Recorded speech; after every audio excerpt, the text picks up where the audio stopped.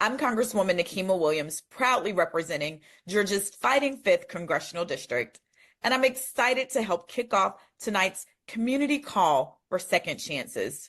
You are in for a treat. Tonight, you'll hear from the leaders, champions, and advocates driving the momentum to pass clean slate legislation. Even in these deeply divided times, I remain optimistic that we can find common ground because giving people a second chance, y'all, it isn't a partisan issue, it's a human issue. As a Clean Slate champion and a co-sponsor of the Clean Slate Act, I fundamentally believe that no person should be defined by their biggest mistake. I carry that belief with me in every vote that I cast and every bill that I introduce because we are a country that honors second chances. At least we absolutely should be. Right now, 1 in 3 American adults has a criminal record. That's millions of people locked out of jobs, housing, education, opportunity because of a past mistake. Y'all, this harms families, this hurts our economy, and let's be clear, this impacts Black Americans at a disproportionate rate. We know the criminal legal system in this country has never been applied equally. Black and brown communities are over-policed, over-prosecuted, and over-incarcerated. And when someone serves their time and tries to move forward, the punishment too often, y'all, it continues in job applications, rental forms, college admissions. Y'all, that's not justice. That's systemic discrimination dressed up as paperwork. That's why I'm fighting to pass the Clean Slate Act, because this bill would create the first ever federal process to allow people to seal certain nonviolent conviction records. It also streamlines the process to automatically seal eligible low-level drug offenses once someone has served their sentence and remained crime-free. This is about restoring dignity and opening doors. It's about removing the red tape and financial burdens that prevent people from getting their records cleared, even when they're eligible. 12 states have already shown us that clean slate policies work, y'all. Bipartisan states, red and blue alike, coming together to do the right thing. Because again, y'all, this isn't a partisan issue. This is a human issue. A past mistake should not be a life sentence to poverty. It is time for us to meet the moment. Let's move from punishment to possibility. I'll continue to fight for the Clean Slate Act and meaningful criminal legal reform. Our communities deserve it, our economy needs it, and our shared values demand it.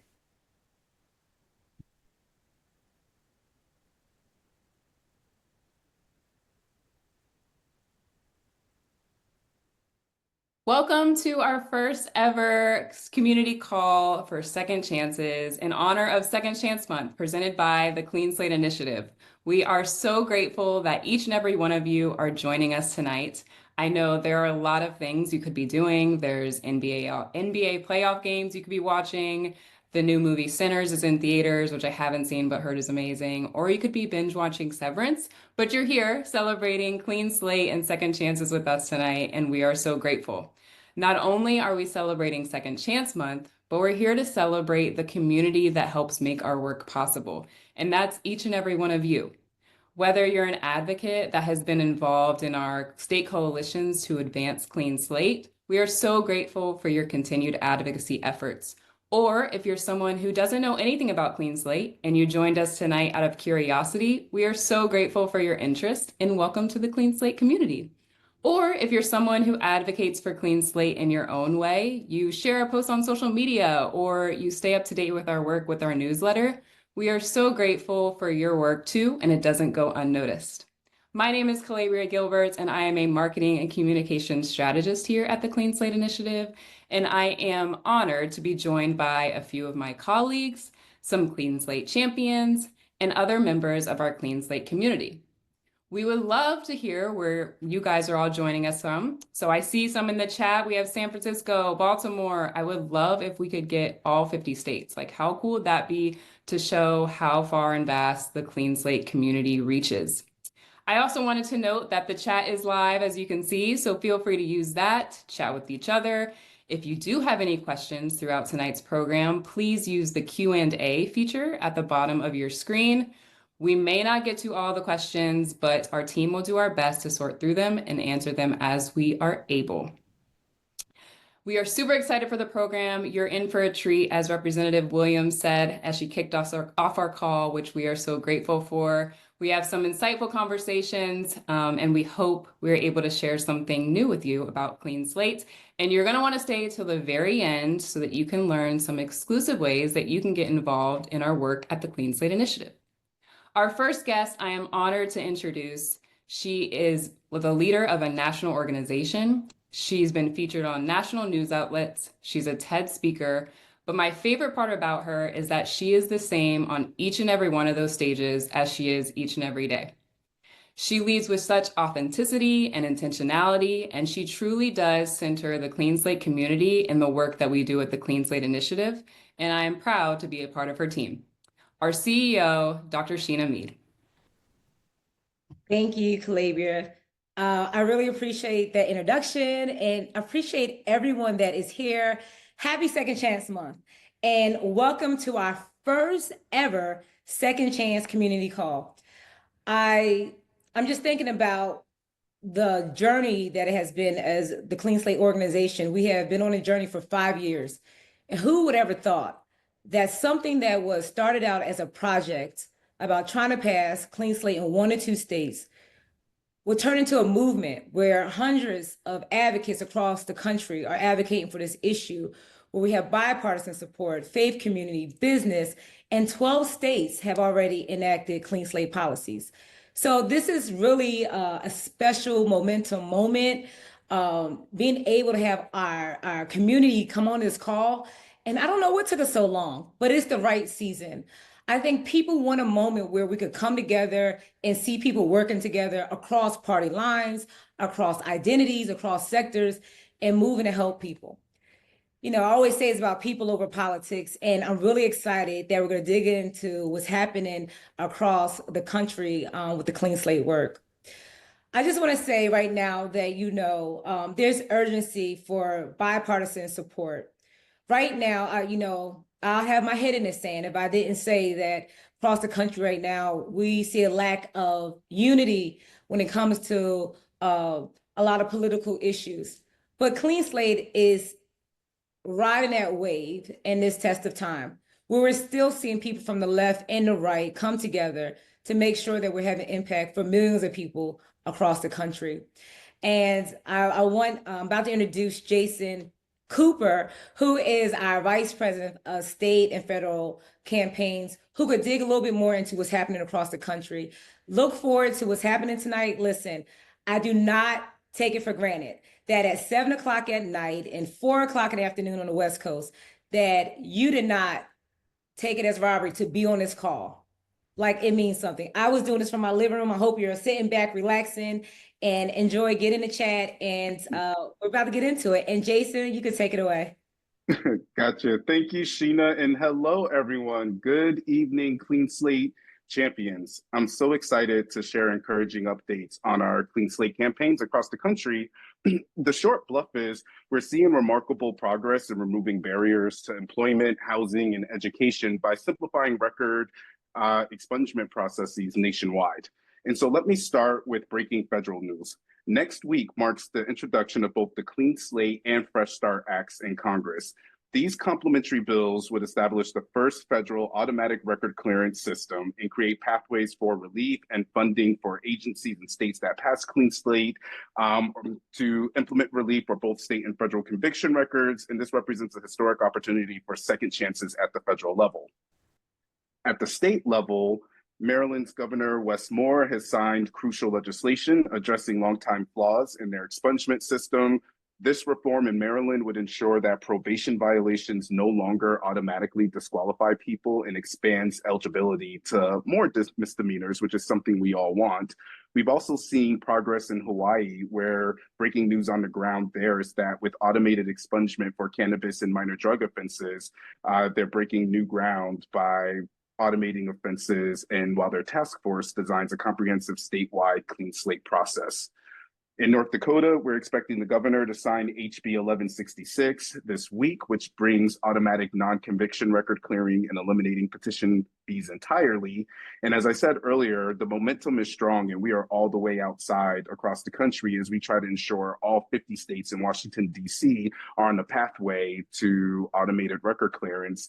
And we're seeing in Texas, bills are advancing through both chambers focused on automating non-conviction records. Illinois is preparing for a strategic Mother's Day introduction of their Clean Slate bill. Maine has achieved something remarkable that they've secured bipartisan sponsorship in both chambers, with hearings expected within weeks. Ohio is adapting their approach to prioritize state-initiated record sealing, and Massachusetts continues to push forward with comprehensive Clean Slate legislation that's gaining co-sponsors daily. And last but not least, in Missouri, we've seen that their bill has received unanimous approval for its second House floor reading, and our team is actively working to address fiscal review challenges to keep the momentum going. All of these successes represent real change for millions of Americans seeking a second chance. The federal bills combined with our state victories show unprecedented momentum for second chance legislation in our country, and our coalitions continue to grow stronger with each legislative victory. And I'm grateful for everyone's continued support and advocacy that's on this call today. I'll be happy to answer any questions in this call, but I would love to take this opportunity to introduce a longstanding partner of ours and champion of using technology to make government work better for everyone. Aaliyah Teran-Burrell is the program director of Code for America, a key national partner in advancing clean slate policies across the country and helping to ensure that the promise of record clearance become a reality through digital tools and systems. Aaliyah, it's so great to see you tonight. How are you? I'm doing well. I'm excited to be here. Thank you. Well, would you mind introducing yourself to our viewers who are here with us live that may not know about the work you do at Code for America? Yes. So again, my name is Aaliyah Teran-Burrell. I am the program director for the Clear My Record program at Code for America. And for those of you who aren't familiar with Code for America, we're a national technology nonprofit, and we work really closely with community organizations and governments to build digital tools and services to help change policies and overall to improve public service delivery. Clear My Record specifically works really closely with the Clean Slate Initiative, with advocates, with policymakers, and with government to advance automatic record clearance across the country.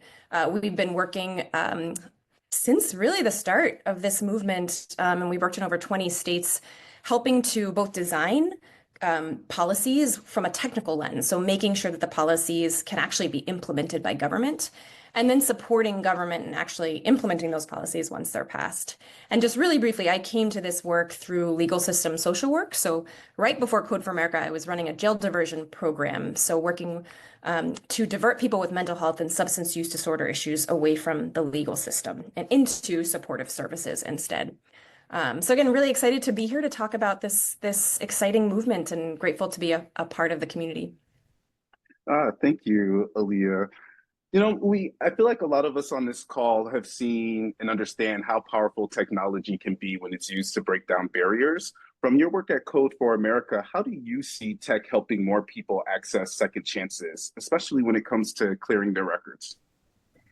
Yeah, as I think most of us know, the current petition-based process that still exists in most states, that has existed for years, is really complicated and burdensome and costly, and it takes a lot of time, and it's very manual.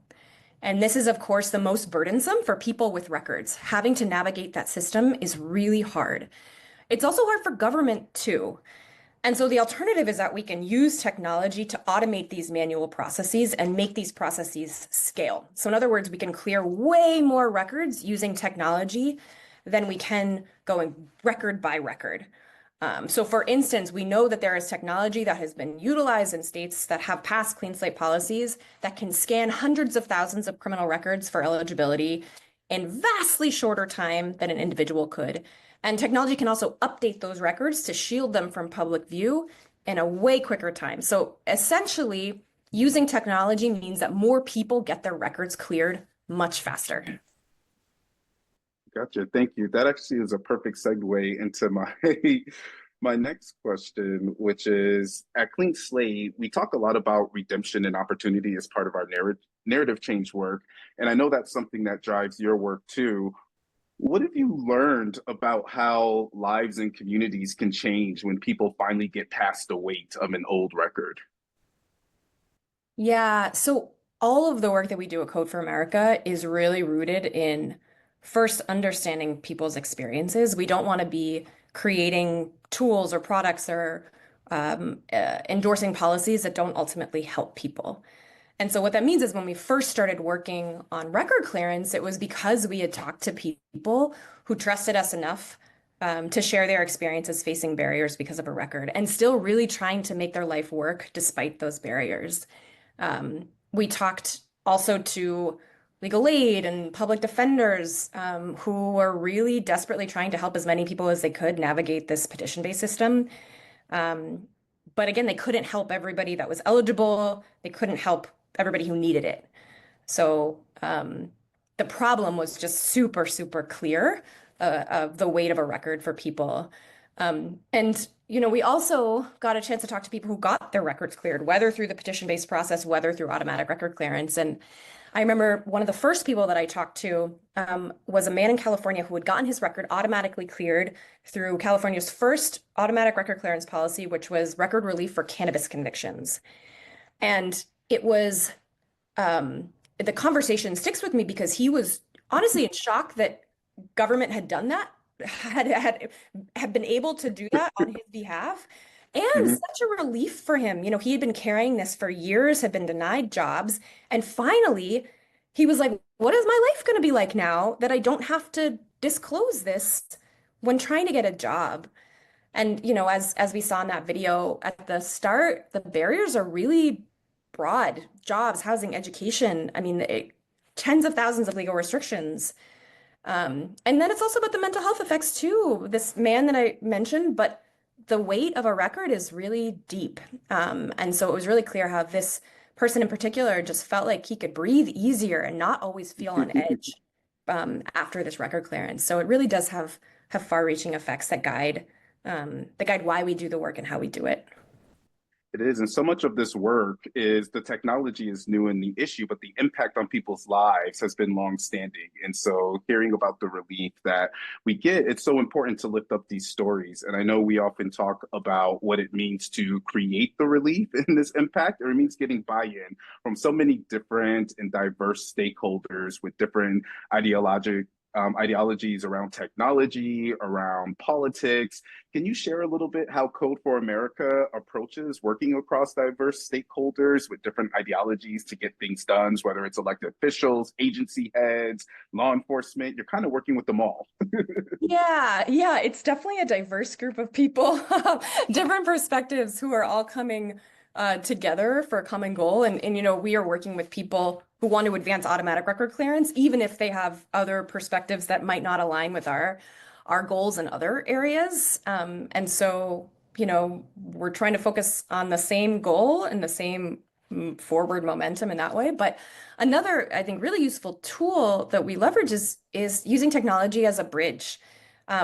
We know that technology in the world is not always a good thing. There are many examples where it is not, but here technology is a good thing and we can use it to appeal to varying perspectives. So for instance, someone in a state might be really invested in cutting down the time that government have to spend on certain tasks that they do.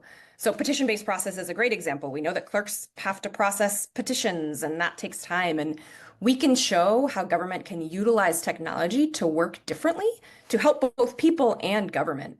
And so while those initial interests that they come to the table with might not feel aligned with an automatic record clearance goal, technology actually bridges those two things, right? Like we can help people get their records cleared and we can help government make their processes more streamlined, help it work better for them, which ultimately helps people.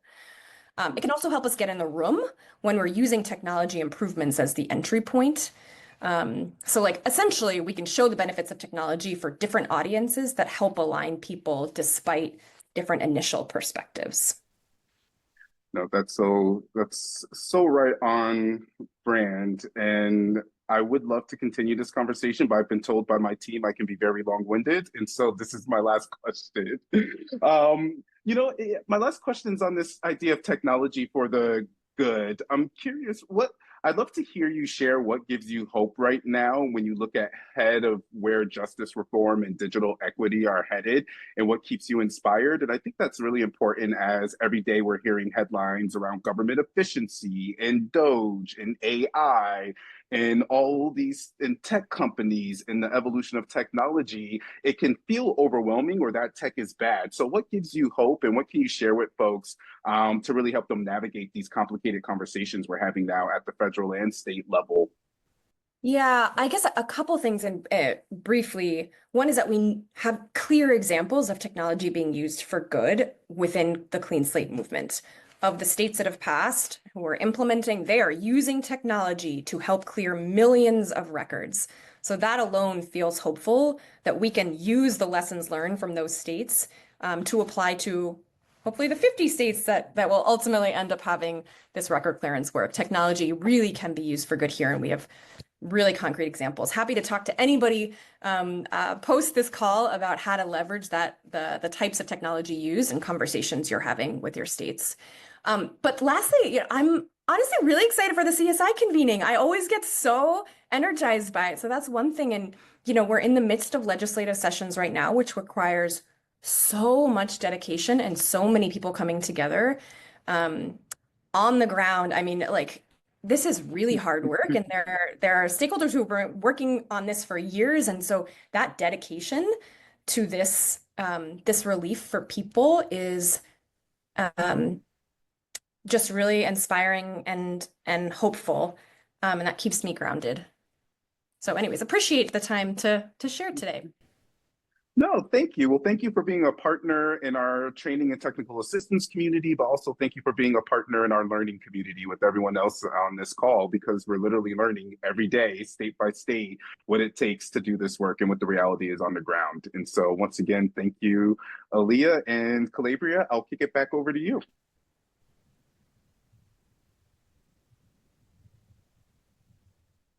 Well, I think what Claver was going to do was pull me in on the There you shot. go. So Yeah, taking I'm have- sorry. We have breaking news. Breaking news. And this is what I love about Zoom and being home. I could be whoever I want to be. So right now, wait a minute, I just got in some breaking news from North Dakota, and it's really exciting to share that we just learned that the governor of North Dakota just signed House Bill 1166, which is stepping stone incremental legislation that expands the eligibility to second chances for people with eligible records in North Dakota.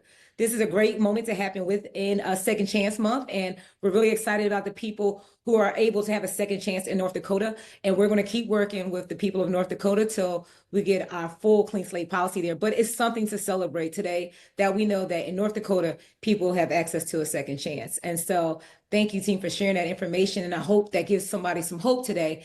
If you're on the line from a state where we have not started Clean Slate yet, we're coming. We're on our way.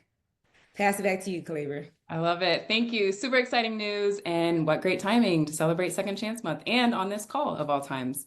I am excited to share. Sheena mentioned we hope that gives you hope, and I think these next two individuals provide a little bit of hope in their own ways. I had the opportunity to get them to know them both during Second Chance Month. It is Lucinda Cross. She's the president of Activate Worldwide and Activate Your Life. And James Repenning is the CEO and founder of R&R Head Labs.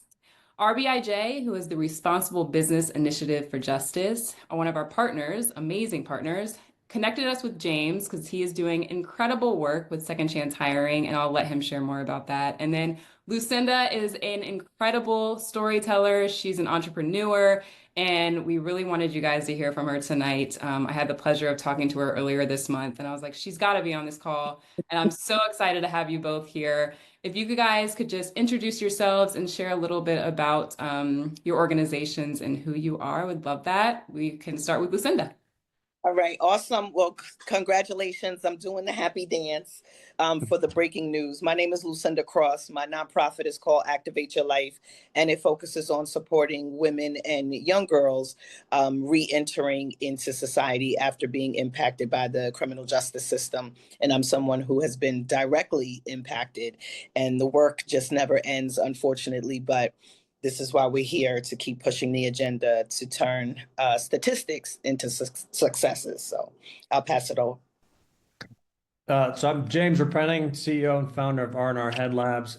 We are for now, Denver-based barbershop, and we do our recruiting in prisons. I used to run a much larger brand, but when I left, I wanted something with a bigger purpose. And when I stumbled on this, was like, this is so cool. I get to recruit these barbers that have 5 to 15 years experience. Nobody else is recruiting them. And the experience they create in our shop is just awesome. So we're on shop 1, shop 2 is under construction, but we'll hopefully be in every state on this call eventually. I love it. Well, I think we have the same goal. Clean slate in every state. And we'd love to see an R&R Head Lab in every state. I love it. So you both are incredible entrepreneurs building thriving businesses, but your path to this point have been shaped by the legal system in different ways. Lucinda, you've experienced it firsthand. James, you've built a business that opens doors for people with records. Can you each share a moment that helped shape your commitment to second chances and why you do what you do? I'll start with James. Oh, that's easy. In 1997, I was hiring for equipment operators at a recycling company, and the guy that stood out was a guy named Angelo. So I was excited to call him and tell him he got the job. And when I told him, he said, "Well, wait, hang on. I just think there's something you need to know about me. I've been in prison for the last 28 years. I murdered my best friend in a drug deal." I grew up in a really sheltered environment. I'd never heard anything like that except on TV and in movies. But fortunately, I realized he had been vulnerable and shared the thing he's certainly most embarrassed of. And I decided to give him a chance. And Angelo was first guy in, last guy to leave, blew up everything I thought it meant to have spent that long in prison. And that just opened my eyes to I just haven't been looking at the potential in people. And that, for me, that was the spark in 1997. Thank you. Thank you for sharing, James. Lucinda, do you want to share your moment? Yeah, I would say that moment that hit me was after my involuntary encounter in the federal justice system, attending and linking up with an amazing mentor and having the opportunity to help and grow my small business at the time. And I realized that I was hiding from sharing my story and sharing who I was. And I was really living a facade. And it felt good to push past and be the empowerment and the motivator in the room. But I felt like I just was sitting on this dirty secret. And what I realized that there was a lot of women who didn't come from where I came from, who had the opportunity to sit in some of these big conferences and connect and network.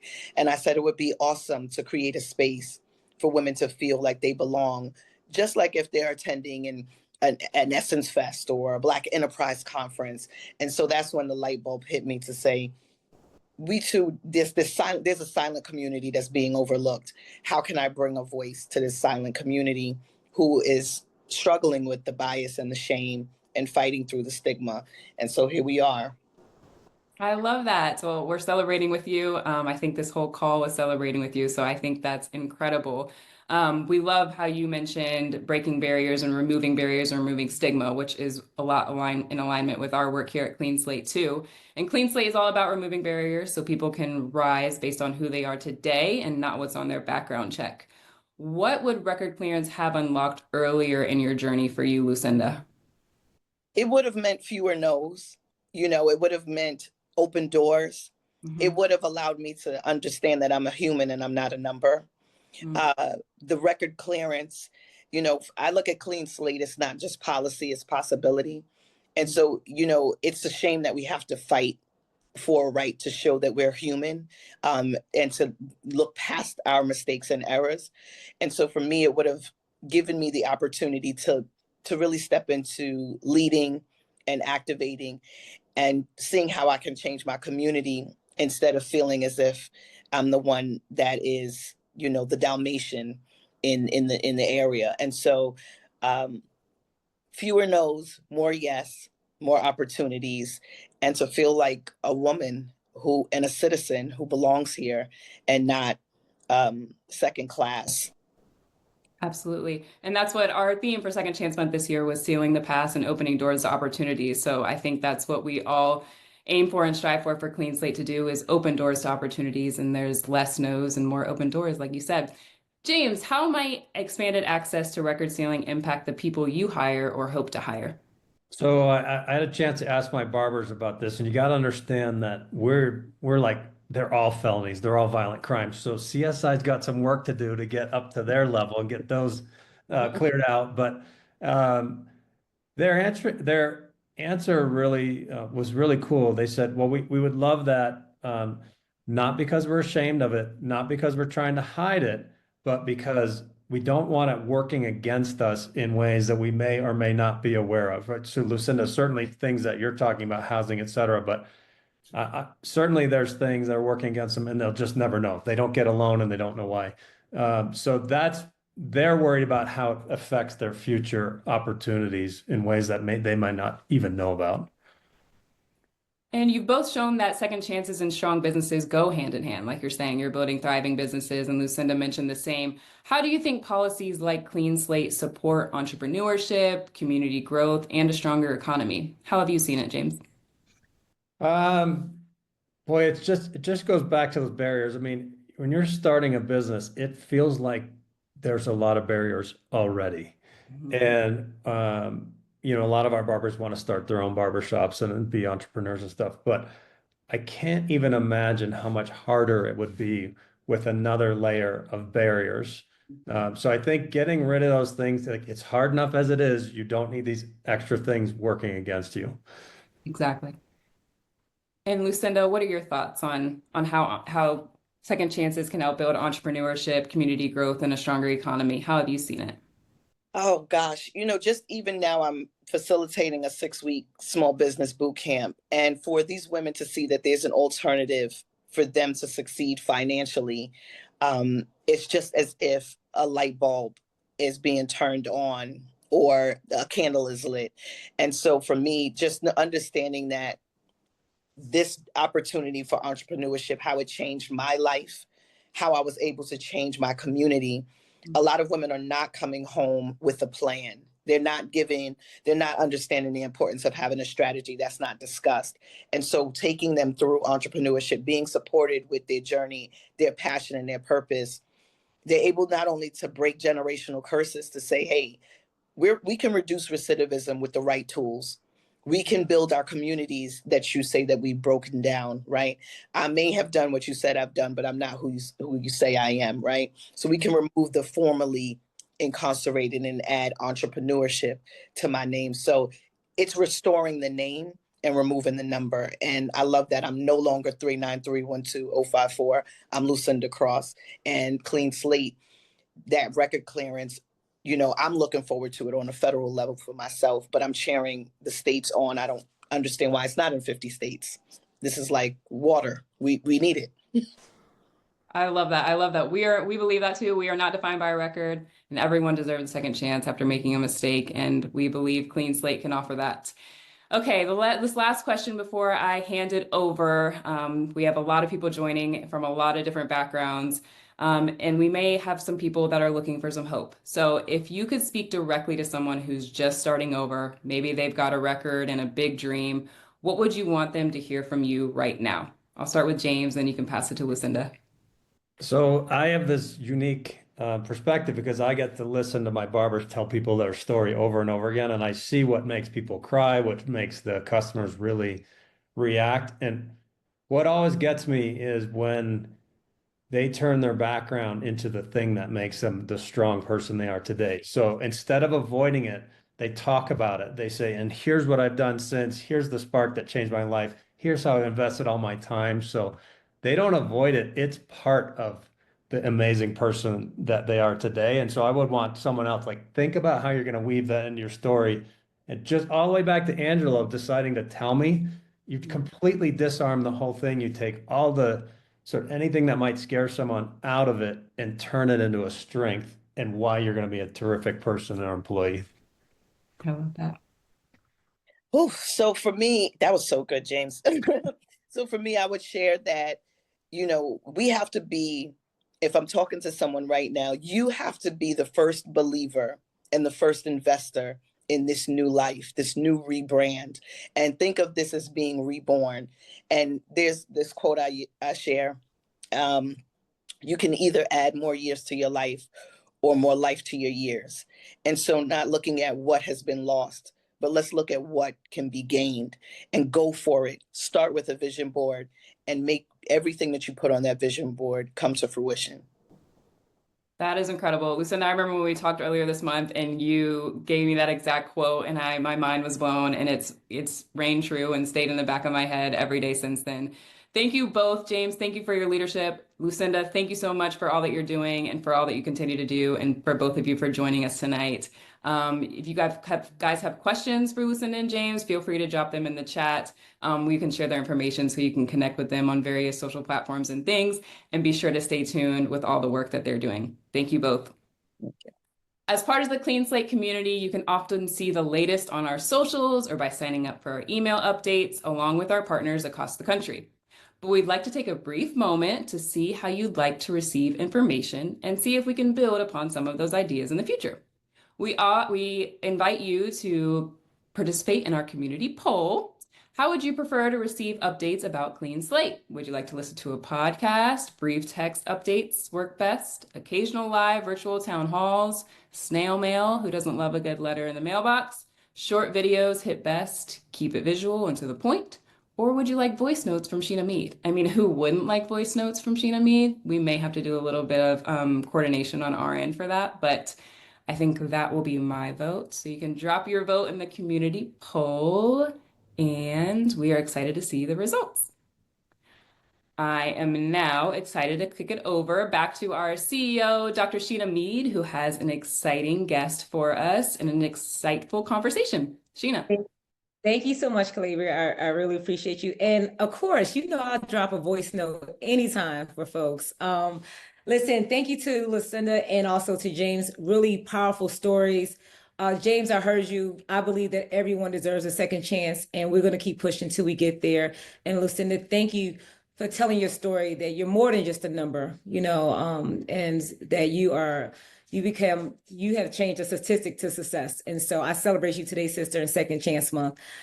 Well, now we heard from when people have the opportunity to rebuild, they do incredible things. And that's exactly what our next guest is working to make possible on a federal level. Also, I want to give out a shout out to Mr. Reginald Darby, who's our federal legislative director, who leads that work on the federal level. But Congresswoman Laurel Lee represents Florida's 15th district and has been a driving force behind bipartisan efforts to expand automatic record clearance nationwide through the Fresh Start Act. And she's a true champion. I'm really pleased to have Representative Laurel Lee here. And please, y'all, give her a virtual welcome in the chat. And I live in Florida, so she is one of my congresswomen. And I will just say that she is not new to this. She is true to this. She has been true to this since she has been a public servant on the state level and has done a lot of work. And so this is not new for you, Congresswoman Lee. And I just want to thank you for joining us tonight. We do not take that for granted, that you taking time out for us. How are you? I am well, Sheena, and thank you so much. It is a pleasure for me to get to be here and to get to be part of this event and to get to work with you. And I too would particularly like to thank Lucinda and James, their stories. It's always wonderful to get a reminder of how powerful second chances can be and why we're all in this work. So I appreciate them sharing and am so glad to get to see you again. Yes, I would tell folks that I teased the Congresswoman. I saw her on Capitol Hill, and she worked really closely with my husband in the state, and she was a champion. I said, now you can't just work with one mead, you got to work with two. And she came on as a co-sponsor, and I'm really honored. And so you've been a powerful voice for second chances through the Fresh Start Act. I want you to share what has inspired you to take on the issue, and what do you hope your colleagues will take away from your leadership on it?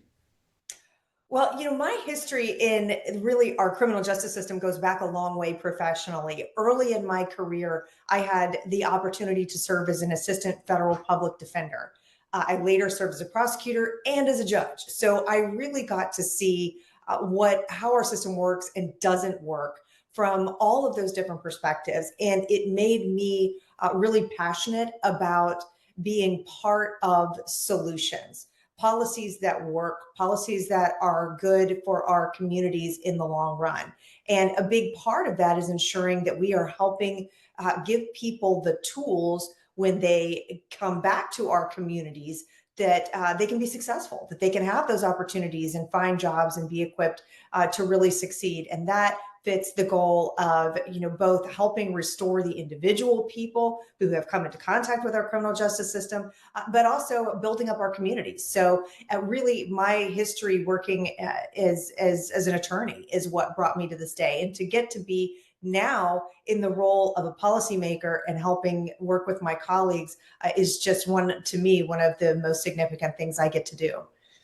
Yeah. So, we know that automatic record clearance can transform lives by opening doors to jobs, housing, and education. But we also know that this issue could sometimes get put into a box or politicized into just like a criminal justice issue or an economic issue. How do you talk about real world impacts when building support among your peers in Congress for issues like this? Sure. Well, I think the Fresh Start Act, and I'm very proud to get to be a part of it, is a great example of helping people go and have opportunities to have good, productive lives. The people that we want people in our communities to succeed. And so, when I talk to my colleagues, I always try to make the point that we can do both things, that we can help someone who's been incarcerated and is coming back to the community. We can help that person succeed. At the same time, we are advancing the cause of community safety and we are advancing economic productivity in a community. That this is the type of issue, this is the type of idea that does all of those things at once. So, we've been very successful so far in getting bipartisan support, but I think that is really the key, is making sure that people hear that, whether their starting place passion is helping with reentry programs, or their passion is community safety, or their passion is everybody having access to a good job, that this is the type of thing that supports all of that simultaneously. So you don't have to compromise one for the other. You really do achieve all of them at once when you're working toward good, sound policy in the criminal justice arena. Right. Earlier before you joined the call, we had some breaking news that North Dakota just passed some legislation that expands second chances. And our good friend, Governor Armstrong, who was a sponsor when he was serving in Congress to the Clean Slate Act, is now the governor there. So I know second chances is going to be big in North Dakota. But Congresswoman, momentum is growing across the country. We have 12 states right now that have enacted clean slate policies. And we have about 20 other states that is trying to figure out how to get on that same pathway. So there's a lot of momentum happening across the country. But what do you see as the role of federal leadership in making sure that every state has the tools to deliver on those second chances? Well, one thing that's important about the Fresh Start Act is that it creates a federal grant program to help states that are trying to do this. So I think the federal government oftentimes has an opportunity to lead really in two ways. One is to try to highlight or encourage states that have programs that are working. I'm not at all surprised to hear that our friend Governor Armstrong is going to be a champion here and that he's bringing these great policies home to his state. And so federally, we have an opportunity to really point out this is a state where it's working. We also can use the states that are implementing good policies to be the origin of data. And so then we can go back and say, this isn't just an idea. This isn't just a concept. This is something that we can show and prove is working. And then second is funding and support. A lot of times, in addition to really trying to highlight best practices and show other states a pathway toward what's working, we have the opportunity to provide grants through the Department of Justice and other places to help support programs, whether it is a pilot program in a certain community, or just like when we talk about Fresh Start, grant dollars to help states implement these programs that are trying to do it. So, we certainly can have a role. I do think that we'll continue to have bipartisan support there. I think that, frankly, President Trump has a strong track record of caring about some of these issues, and so I think it's likely going to be a great period of time in Washington, D.C. To advance these good policies. I agree. I look forward to what could happen in the next few years on a federal level around second chances, continue that work that he did with the First Step Act.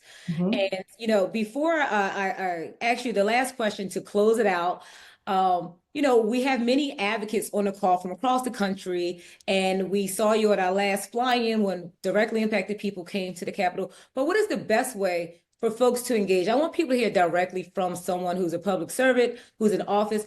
What's the best way to engage our members of Congress around these issues? Like, should we write letters? Should we call? What helps you make the case to your colleagues? Absolutely. You should all contact your local delegation. So federally, the most important phone calls we ever get, the most important meeting requests we ever get are from people who live in our district and can share their stories, talk about what's going on in our communities. Those are the people that we represent. And so absolutely, you should reach out to your member of Congress and talk to them, ask to see them, or their staff. If they're not there, a lot of times the legislative staff is incredibly influential in helping drive and support and encourage good policy as well. If anyone who's on our meeting tonight is from my area, I would love to hear from you and have the chance to connect. But personal advocacy really does make a difference. It really does help. Sometimes as a policymaker, it's hard to understand how the words on the page affect real lives, or affect real businesses, or, what is it if we do this thing, or when we did that thing, what did that mean to the people back home? And the best, most effective, compelling way to understand that is to hear the stories from the people that we represent. So you all absolutely ask for meetings, send letters, make phone calls, whatever works for you. But your advocacy is heard, and it makes a big difference. I appreciate you dropping that, Jim. And it's important, and it holds a lot of weight when folks hear it right from the Congresswoman. So listen, I live only from I-4. So if I got to bus over there and bring some folks from your district, I will. And so is there anything else you'd like to leave with our audience tonight before you go? Oh, just a word of encouragement that I think what you all are doing is making such a difference. It shows, we're seeing a real movement, in states are really following the lead, that people are really rethinking good, solid, data-driven policy. And so, this kind of advocacy, this kind of community just really matters, and it makes a big difference. So I'm honored to get to be part of it and to get to see you tonight, and really am looking forward to our continued work together. I am honored to have you here, honored to work with you. Thank you for being here, and look forward to continue working with you. And thank you for being a champion for second chances. Y'all, thank our Congresswoman for joining us tonight on this call, and we'll see you in DC really soon. Yes. Thank you. And for those in the DC area, you're invited to join us for a press conference on the Hill. We'll be in DC next week, where we'll be announcing the reintroduction of the Fresh Start Act and the Clean Slate Act on a federal level. That's on Wednesday, April 30th at 9 a.m. It's early. Make sure you don't be late, because we're going to keep the show going. But you're all welcome to attend, and we'll be adding a link in the chat with details. So with that, I will kick it back over to Clavia. Thank you, Sheena. One of the main questions we get asked is, how do I get involved with the Clean Slate movement? So we are excited to share a few ways you can get involved. But first, I want to invite you all in the chat to say thank you to our panelists and our guests. We appreciate them all for joining us tonight. And we'd love to hear what's sticking with you. Is it something Lucinda or James shared, Jim, that Congresswoman Laurel Lee dropped, something that Jason and Aaliyah shared earlier in the program? We would love to hear what you've learned tonight, or what is the most meaningful thing you've heard tonight. As far as ways you can get involved with Second Chance Month, you can share your story with CSI on our website. We'd love to hear if you have a personal story. We're seeking storytellers who can help us change the narrative around people with records and encourage lawmakers to act now. You can visit our website and head to the top of the homepage where we have a ton of Second Chance Month resources and you can help amplify with your network. You'll also find instructions on how to easily send a message to your congressional representative in support of Clean Slate. There's a templated draft. All you have to do is put in your information. Super simple and a super easy way to get involved with Clean Slate. And last but not least, Aaliyah shared it earlier in the program. We are having our 2025 convening, which is taking place in Chicago, June 5th through 6th. If you're someone who's involved in this work, make sure you register and join us. You're not going to want to miss it. Our convening is amazing. You can head to cleanslateinitiative.org/2025 to find information about our convening and to register. All of those things that I just mentioned and all the things that you see on your screen, you can visit our website, cleanslateinitiative.org, to learn more about. Also, be sure to follow us on all of our social media accounts. That's Facebook, Instagram, X, LinkedIn, YouTube, TikTok, all the things where we're everywhere to stay up to date with our work. And we are excited to continue to connect with you all. To close out this evening, we are going to leave it with a familiar bass, Mr. John Legend, a longtime advocate for second chances and a powerful voice for fairness and opportunity. John knows that a record should never be a life sentence to poverty or exclusion. His message reminds us that redemption is possible, change is real, and the time for Clean Slate is now. Thank you again for joining us this evening. Happy Second Chance Month. Everyone deserves a shot at redemption. An arrest or conviction record should not be a life sentence to poverty. After a decade of mass incarceration, 1 in 3 Americans now have some type of record and are still paying the price, even after serving their time. It's time to give people It's time to give people a clean slate. a clean slate.